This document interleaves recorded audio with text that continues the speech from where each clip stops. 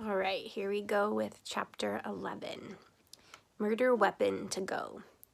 Within minutes, I was reduced to begging.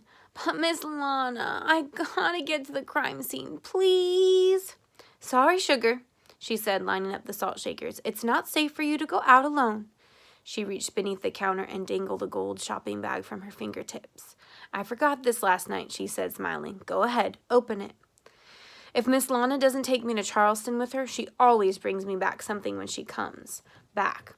It's a t-shirt from the Rainbow Row. Is it a t-shirt from Rainbow Row? I asked, because my old one's down to its last sleeve thanks to Miss Blaylock's barbed wire fence. You toured on Lucy Blaylock's fence? She asked, opening the salt. Last March, remember? I said, steadying a salt shaker as she poured. Dale and me picked you some narcissus from under the squeaky old water tower of hers. You know, the one, squeak, squeak. That's right, she said absently. I remember. She glanced at the bag. Go ahead, open it. I can't wait to see your face.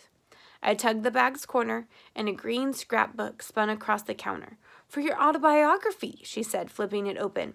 I slapped it together in Charleston. This page is blank. For your coming ashore announcement, you do still have it, don't you? A girl should keep her publicity.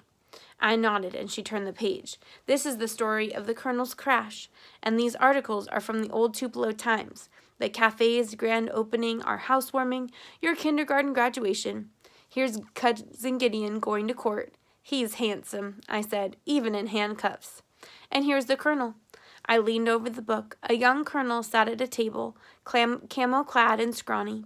He bounced an unusually good-looking baby on his knee.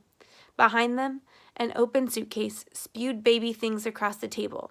Is that the suitcase that started the rumors about the Colonel's money? I asked. She laughed. I suppose so, she said. Macon started that lie. There's no limit to what some people will say and what others will believe. She uncapped the pepper shakers. Who's this? I asked, peering at a photo of a thin-faced girl about my age. She stood barefoot in knee pants and a trim white blouse, heat curls framing her solemn face. Miss Lana sneezed. That's me, prior to blossoming, she said. I was just about your age. I turned the page. And these are my parents sitting in the shade of our oak tree. There's no telling how many Sunday afternoons we spent there. This was before we had air conditioning.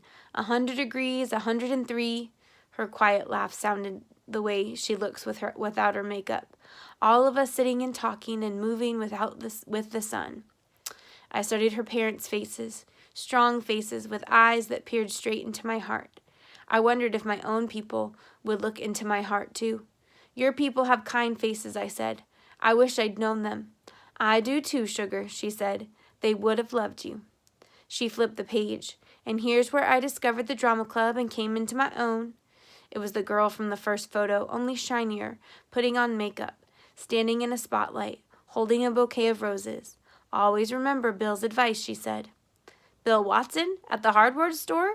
But the Colonel says he's an idiot. Bill Shakespeare, she said. All the world's a stage, sugar, so hop on up there. She glanced at the clock. My goodness, the lunch crowd will be here before we know it, and I still have to set the stage and change. I closed the scrapbook. Thanks for this. I love it, I said, and I meant it too. I'll study it tonight. Right now, I need to go to Mr. Jesse's if you can handle lunch. She glanced up at the 7-Up clock. I suppose I can. We're so slow.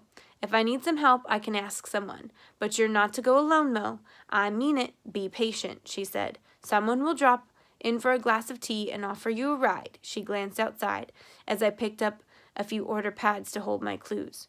Where on earth is our mid-morning crowd? Beats me, I said.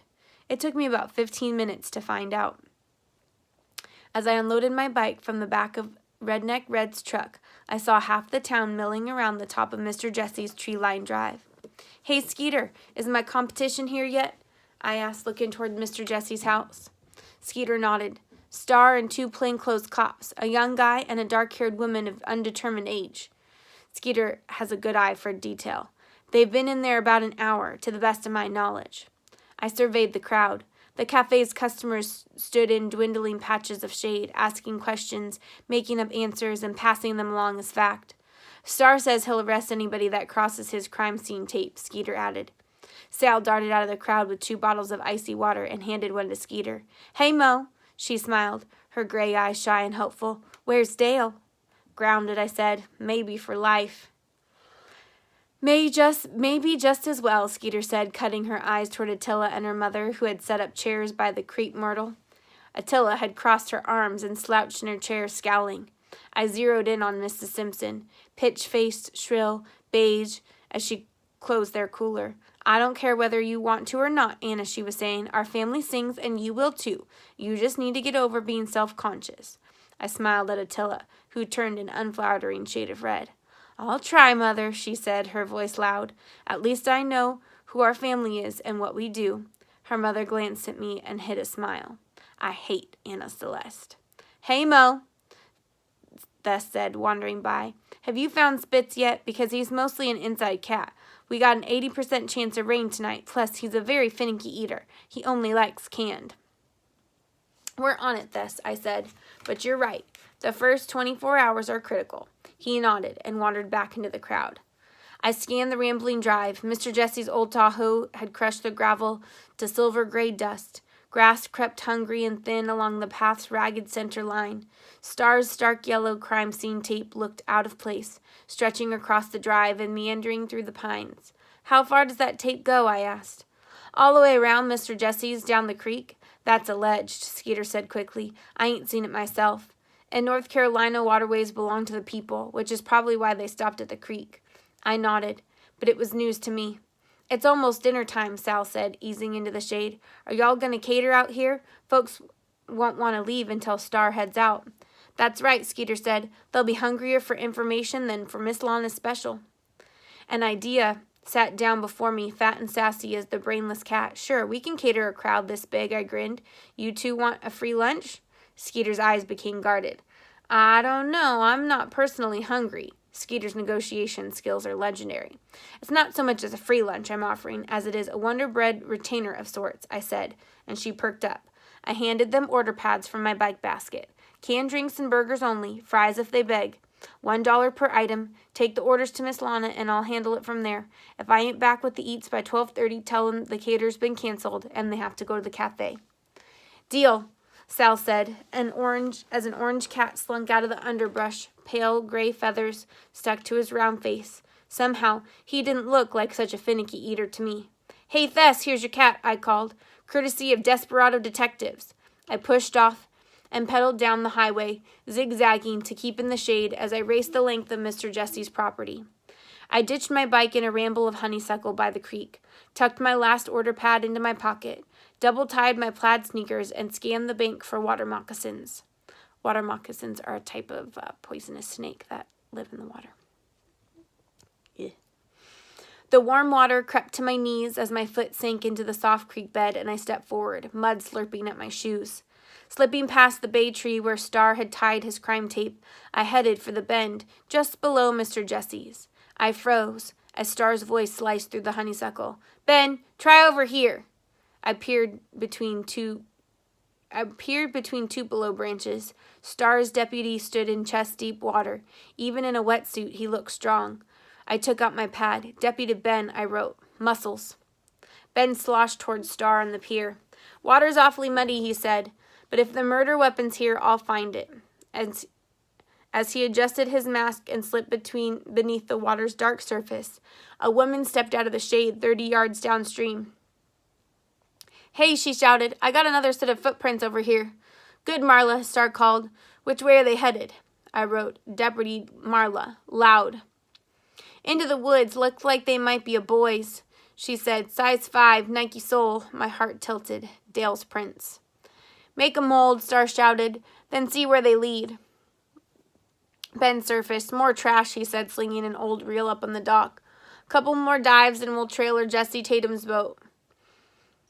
Star said, "It's going to rain and I don't want to lose the blood evidence on the gunnels." "Blood evidence?" I eased forward, bending a branch out of the way. "Narrow your search. For the blood to splatter this way, he would have had to be hit like this," Star said, swinging his fist. "If the weapon flew out of his hand, it should be over there." Where? I couldn't see. I eased forward. Snap! The branch broke. Star reached for his pistol. "You!" he barked. aiming about 10 feet to my left. "Put your hands where I can see them and come out, now." I turned to run, and my foot snagged. I staggered and splashed sideways. Out of the corner of my eye, I saw Star adjust his aim. "Don't shoot!" I screamed. I threw my arms wide for balance. My order pad flew out of my hand as I fell in a perfect backflop. The creek closed around me, swallowing the sun. I reached back into the thick creek bottom and pushed off. "Don't shoot," I wheezed. "It's Mo," I cried, wiping the mud from my eyes. "I'm a possible orphan. Don't shoot." "Hold your fire," Star bellowed. "It's the kid from the diner." I yanked the root that tripped me. That's when I made the find of the century. That was no root. It was Mr. Jesse's oar.